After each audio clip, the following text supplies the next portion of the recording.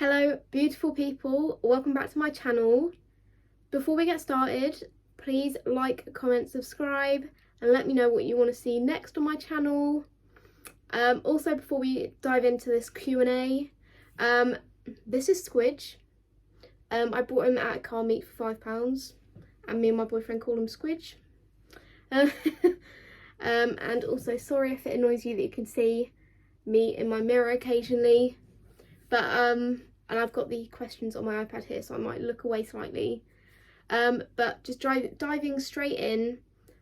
First question is, what are your future fitness goals?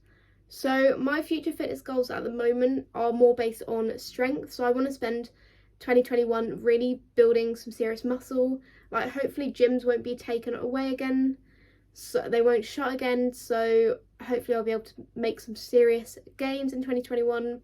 And I'm so excited for it. So I'm really aiming to get a 200 kilogram hip thrust. My current is 124, I think 6. And then get a 100 kilogram deadlift. Currently is 62.5 kg for 10 reps. So, and then I want to be able to actually get maybe 5 pull-ups by the end of 2021. At the moment I can get about half a chin up, so so that's definitely one that I want to work on. But I think it just, like, my upper body is so much weaker now my lower body. I think part of that is because of the fact that I have scoliosis, so my body is a bit wonky on the top half. It's also a bit wonky in the bottom half, to be fair, but it's a little bit less noticeable. What made you become a PT? So I started with a PT last year in like June 2019, and to be fair, at that point I really wanted to become a PT, but I just wasn't in the right headspace, I don't think, and I didn't really know enough. I hadn't had enough experience enough yet of the gym and training to really make the most of it, if that makes sense, and to be able to properly help people. But I got an online coach this year.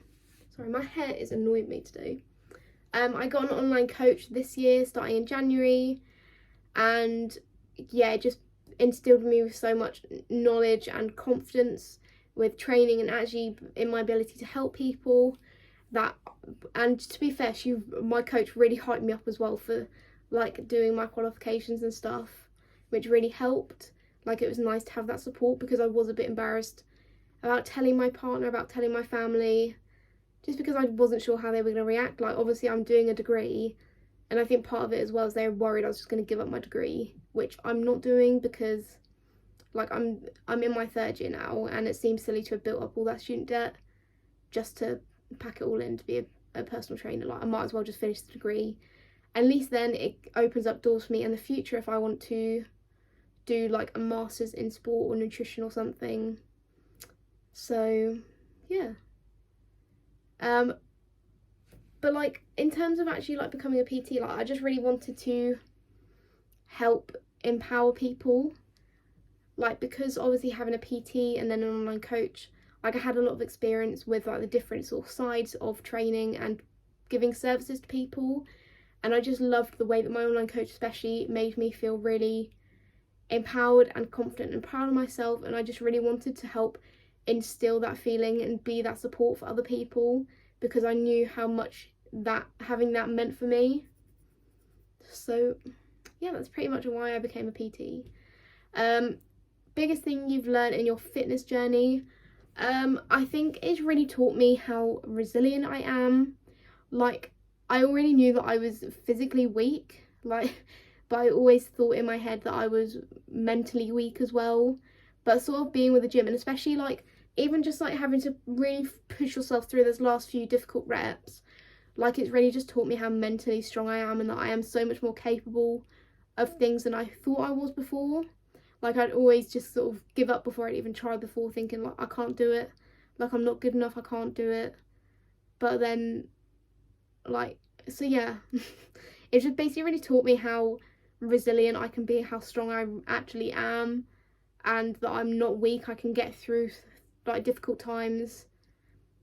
And yeah, that's just been like really important for me to figure out as part of like my mental health journey. and obviously as part of my recovery from my binge eating disorder. Favourite outfit for the gym. So I wore these leggings on purpose. These are the Gymshark Breeze Lightweight. I've got them in pink, which I'm wearing at the moment. I've also got them in slate lavender, blue and black as well. They're probably up there as like top Gymshark leggings for me, alongside the like camo seamless ones, which are just a classic staple. But I also really love the Riderwear naked leggings that I got during the Black Friday sales. They're not as like compressive as I normally like my gym leggings to be, but they are definitely like up there, like they're so comfy. And I usually tend to sort of build my outfits around my leggings, so I'll look at my leggings drawer, be like, oh, I fancy wearing them today, and then I'll build my outfit from there, basically. What do you typically eat in a day? So I'm obviously, like I said before, I'm in recovery from my binge eating disorder. So I'm working with a nutritionist, and I sort of follow this meal plan. So it's basically, it's very flexible. So she just gives me like a few options that I can choose from for that meal. But obviously, like, just because like I can eat other things as well, like it is completely flexible, because I need to teach myself to have a good relationship with food. And I do currently have like 6 meals a day, just because I need to teach my body that I'm not going to run out of food anytime soon. Because I sort of ended up in a calorie deficit for like maybe 6 months or something. Like, it was really difficult because I started in January, and then obviously in March we went into lockdown, and due to lockdown my activity levels went through the roof. Like, I was walking constantly, I was doing like HIIT workouts and everything. I'd never went for walks before, and I never really did HIIT workouts. I did maybe an hour strength training like 4 days a week, but all of a sudden I was literally doing HIIT workouts 5-6 days a week, going for a walk 7 days a week. And so I think part of it is that I ended up losing weight so quickly. So my body now is like, shit, we need to get some fucking food in your body before you starve to death, because we're obviously never going to get food again. So now I need to teach my body to know that food's not going to run out, if that makes sense. Like, because obviously your body's natural response, if it doesn't think it's going to get food, is to eat all the food at any opportunity it gets. So now is the important time where I need to actually teach my body food will always be there. I don't need to eat food the moment I get the food shopping.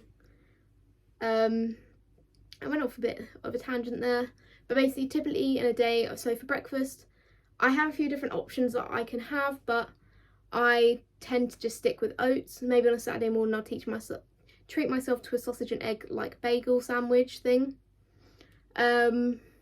Yeah, for breakfast I'll normally have protein oats, either baked or just like normal. My favourite by far is chocolate brownie whey, mashed banana, oats, like mixed together, baked, and then topped with chocolate buttons and some Skinny Food chocolate syrup. Oh, that's literally like the most amazing breakfast in the world. And then I'll have, if I train, I'll usually have like a post-workout meal. Sometimes I'll have that anyway, even if I'm not training, because if I'm hungry I want to eat. So that usually tends to be like a protein bar and like a pack of Quavers, like any source of carb really, so like a pack of Quavers, popcorn, or like Squares bar or something, just to help give me some energy back after my workout. But like I said, if I'm hungry on a rest day, I'm not going to starve myself, because I'll still be hungry. And then for lunch I have quite a few different things. Like, I usually have omelette, toasty, like chicken salad and bagel, sausage sandwich. Lunch is one of those things I find it actually quite difficult to think of lunchtime ideas, and that's usually where my binging tends to stem from, because I won't know what to eat, and then I'll eat something and it won't satisfy me, and then I'll just be like, let's just fucking eat the whole kitchen then, you know. So I'll usually have that maybe about 1-2 o'clock. Obviously my like post-workout snack I have about 12 usually if I'm training. so I'm not hungry for a while. And then sort of mid-afternoon, maybe 3-4 o'clock, I'll have an afternoon snack. So this will be like a crumpet with butter and Marmite, a crumpet with cheese, or another protein bar with like a banana or pack of Quavers or something. I usually have that in the afternoon if I haven't had a protein bar in the morning, because I'm not really a big fan of like having a protein bar like twice a day, you know. But that is pretty much sort of what my afternoon snacks will look like. Or I'll have like skyr yogurt, you know, like the high protein one. So that's what I'll normally have for afternoon snack. And then for dinner, Friday nights we make homemade pizza, because pizza was a massive thing for me when I was binging. Like I was constantly trying to make like random little like sort of crappy alternatives. Like I'm really not a fan of pizza on a tortilla wrap. Like it just doesn't do it for me. And I've tried low dough and all those things, and they just never hit the spot like an actual pizza would. So yeah, we usually have pizza on a Friday night, and then we'll have roasting on a Sunday, and then some of the other days I'll have like steak and chips, haddock and chips. All the chips are homemade. Just I quite like having homemade chips.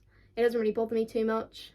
And it's not hard work. Like I literally just cut them up and spray them with a bit of Fry Light, and then I'll chuck them in the oven for 25 minutes. Hey presto. But and then I'll have like chicken pesto pasta or stir fry. I really like stir fry as well because it is so versatile. Like there's so many different like sauce packs you can buy to get with it, so satisfied, you know. And then for after dinner I usually have another sweet treat. So I'll usually have like a protein mug cake with some chocolates. I'll either have some chocolate spread or some Maltesers or Curly Wurly on it, or I'll have some like low calorie ice cream, so like Halo Top. Oh, their new gooey brownie flavour, up there, top tier. Anyway, and then yeah, usually in the evening I'll have a mug cake with chocolate, or I'll have some ice cream with skyr yogurt, and a dollop of chocolate spread as well. Like the whole point of this meal plan is basically to teach my body and my brain and me that there are no good or bad foods. I can still have these foods that I enjoy, because like things like bread, bagels, crumpets, pizza, chocolate especially, were just things that I did not feel like I could have. Like, or like I had the calories left and I'd be like, oh, I could have chocolate right now. But I'd be like, actually no, I'd rather spend the 200 calories on something that's going to fill me up a bit more. Which is a difficult situation, because even though I wasn't necessarily telling myself the food was bad, I sort of ended up in this cycle of just never having chocolate because I'd rather spend the calories on something else, which is a bit of a pain. But yeah, that's pretty much typically what I eat in a day. So I usually have 5 to 6 meals, and obviously I have this like flexible plan, but I will adjust it as I want and need to. So just one of those things. How did you get into fitness? So I got into fitness when I started uni in September 2018. My friend Josh that I met on literally the first day, we went to his gym together. It was like one of the gym group gyms in City, and he taught me a lot. He showed me around, made me feel more comfortable, because I'd never been in a gym environment before that. Didn't really feel like it was somewhere that I could fit in. But he sort of just showed me around and made me feel comfortable there. And yeah, that just really hit it off. Like that's when I sort of, maybe 8 months after that, I ended up getting a PT, doing like 1 session a week with her. And then January this year, yeah, like I said, I ended up getting an online coach. And I've literally, this year has been sort of main year where I've just fell in love with the gym and like training. I started training 4 days a week, but I now do 5 days a week because I love the gym so much. And obviously where I've gotten more used to training, my body is getting better at recovering. I mean, it hasn't helped that the gyms keep constantly being shut this year, but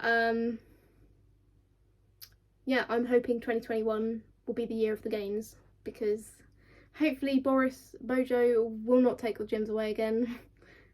praying. What tattoos do you have, and do they have meanings? So I have multiple tattoos. So I have one like here on my thigh. I'll try and put a picture up if I can, if I remember, if I even have a picture of it. But it's basically just like a load of all the planets lined out with like some leaves and stuff around. And then I also have these. So these are just like some flowers and bees, which don't really have any meaning. But then the little bird here is a robin, which is the only tattoo that I have that has meaning. Basically because my granddad's name was Robin, and growing up we were always like, if we saw a robin in the garden, we'd be like, oh, granddad's come to see us. And it especially has more meaning now because my granddad passed away in July, just before my 21st birthday. So yeah, that's pretty much I was always been, growing up I was always like, if I ever get tattoos, like, they will have meaning. But then I literally turned 18 and was like, I just want a tattoo. I just want some pretty flowers and some bees. So basically, yeah. And then favourite meal ever.